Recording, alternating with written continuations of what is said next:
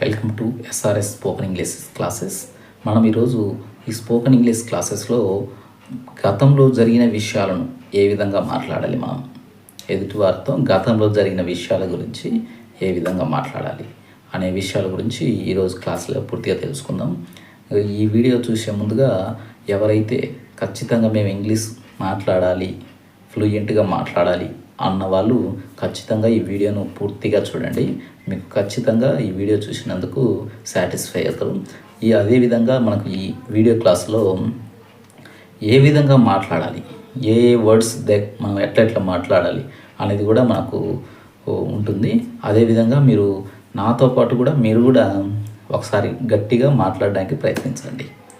అట్లా చేయడం వల్లనే స్పోకెన్ ఇంగ్లీష్ అనేది మనకు ఈజీగా వస్తుంది. సరే, మనం ఇప్పుడు ఫస్ట్ విషయానికి వద్దాం. ఇక్కడ మనకు మోస్ట్లీ మనకు ఎక్కడ ఉంటాయంటే మనకు సబ్జెక్ట్ అంటే ఇక్కడ ఇంగ్లీష్లో ఐ అంటే నేను, వి అంటే మనము, యు అంటే నీవు, సి అంటే ఆమె, హీ అంటే అతను, ఇట్ అంటే అది, దే అంటే వాళ్ళు. ఈ 7 విషయాలు అనేటివి మనము ఖచ్చితంగా 7 వర్డ్స్ అనేటివి 100% తెలిసి ఉండాలి. ఐ అంటే నేను, వి అంటే మేము, యు అంటే నీవు, షీ అంటే ఆమె, హీ అంటే అతడు, ఇట్ అంటే అది, దే అంటే వాళ్ళు. వీటి మీదనే ఆధారపడే ఇంగ్లీష్ అంతా ఉంటుంది. మెయిన్ వాళ్ళు మనసులో అంటే ఇంగ్లీష్లో మెయిన్ వ్యక్తులు అంటే 7. ఫస్ట్ మనం చూద్దాం. ఫస్ట్ ఇది ఐతో ముందుగా నేను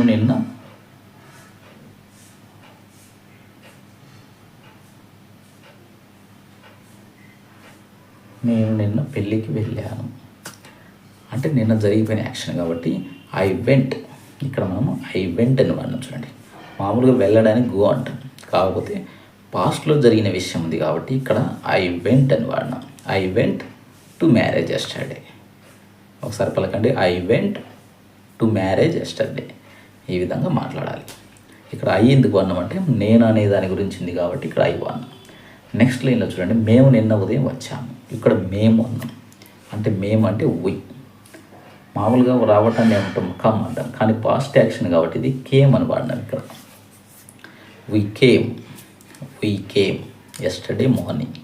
మేము నిన్న ఉదయం వచ్చాము. We came yesterday morning.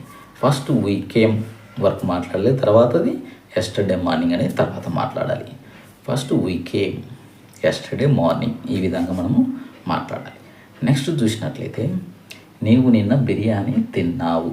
ఇది కూడా నిన్న జరిగిపోయిన యాక్షన్ కాబట్టి ఇది కూడా పాస్ట్ అయిపోయిన విషయమే కాబట్టి ఇక్కడ నీవు అంటే యు ఏట్ అన్నాం. ఇక్కడ మామూలుగా తినడానికి ఈట్ అంటాం కదా, ఏట్ అంటే పాస్ట్ యాక్షన్ అయిపోయిన విషయం గురించి కాబట్టి ఏట్ అనాలి. ఈటు బదులు ఏట్ వాడాలి.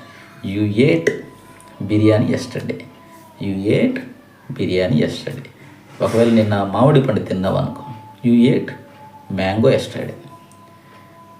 అట్లా మనం ఇంగ్లీష్ అనేది మాట్లాడడం వల్ల మనం ఈజీగా సక్సెస్ అవుతాం మాట్లాడడంలో. నెక్స్ట్ విషయం ఆమె నిన్న చెస్ ఆడింది. ఆమె నిన్న చెస్ ఆడింది. C played.